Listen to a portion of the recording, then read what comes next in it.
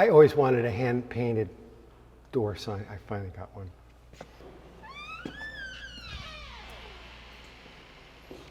So these are pictures that I have collected and traded for over the years. So this is my Julius Shulman, LA, 1960. I was very fortunate to meet him. In 1999, I got to stay at his home. His work appeared in architectural magazines in the 50s, 60s, and I saw them on my dad, because my dad subscribed to a lot of these publications. It's Allen Ginsberg that I helped print of William Burroughs and Teddy Roosevelt, early political propaganda, you know, presidential campaign material. A sign from the battle days in Detroit. And then this, believe it or not, a lot of people think this is a painting, but this is actually one of my early montage prints that I printed myself in my basement in Long Island City. And basically I painted the crocodile. I made this border as a graphic design. And then the texture is from Xerox that I scratched with steel wool. And then I sandwiched all those together and printed those with an 8x10 enlarger in the basement of my Long Island City studio. This is a painting from, you can see it says 1866, and it's signed A. Hart. So Alfred Hart was my great-great-great-grandfather, and he started out in the 19th century as a painter. And this is actually a scene from James Fenimore Cooper's The Deer Slayer. But in fact, he later became a photographer and worked for the Sacramento Railroad out in California. That's one of my favorite possessions. And this is my studio. These are workstations, equipment. This I can show you. These are all my negatives over here. I have quite a few of them. The good color negatives are actually in the refrigerator because they have to be stored cold. And then these are prints I've made over the years. I've been able to archive some of the old C prints because I'll never really be able to make those again. Kind of prints I'm working on, paper. This is my big wide printer. So it's a 60-inch inkjet printer. I use this. I make most of the prints myself. One of the kind of my points of honor is that nothing leaves the studio that's not flawless. So if I have to print a picture 7 or 8 times to get it right. And also sometimes my thinking about a picture will evolve. This is one of my pictures from Nebraska. It shows the blackboard of an old schoolhouse. And even though it was closed in the 60s, people who had been students there used to ride horseback because they're out in the middle of nowhere. And they'd come back and they'd sign their names on it.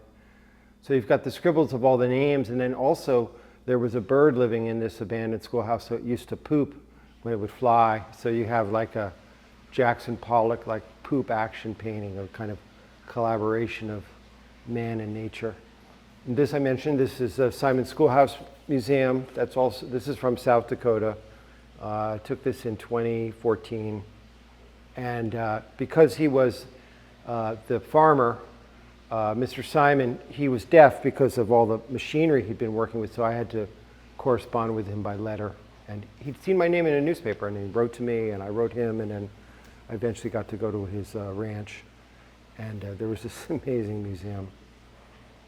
So this picture is called Los Cañeros, and it depicts actually 10 men at the edge of a field in Las Tunas, Cuba, and they had been cutting the sugar cane, and they were on a break. So I was with some friends, and we saw them, we stopped, we parlayed, and they were certainly willing to pose. And it's just one of my favorite pictures from Cuba. I love their poses and their hats and the details and how each one is different. And El Jefe in the middle is really looking at me, and then there's a little dust devil in the background. But this is one of the new adventures in photography for me, because this is called a UV print. And so there's a limited amount of machines in this country that allow you to print an image greater than 80 inches, 90 inches. You can actually go up to 100 inches on the short dimension. So for instance, this picture is 80 by 100 inches. There's no seams, there's no panels, it's one print.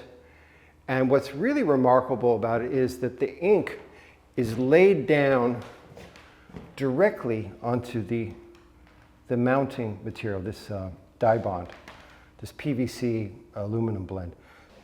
It's one of my favorite pictures from Cuba. This is called En Casa con los Alonsos. And what you see is a mansion in Vedado. That's a beautiful, early 20th century suburb of Havana. And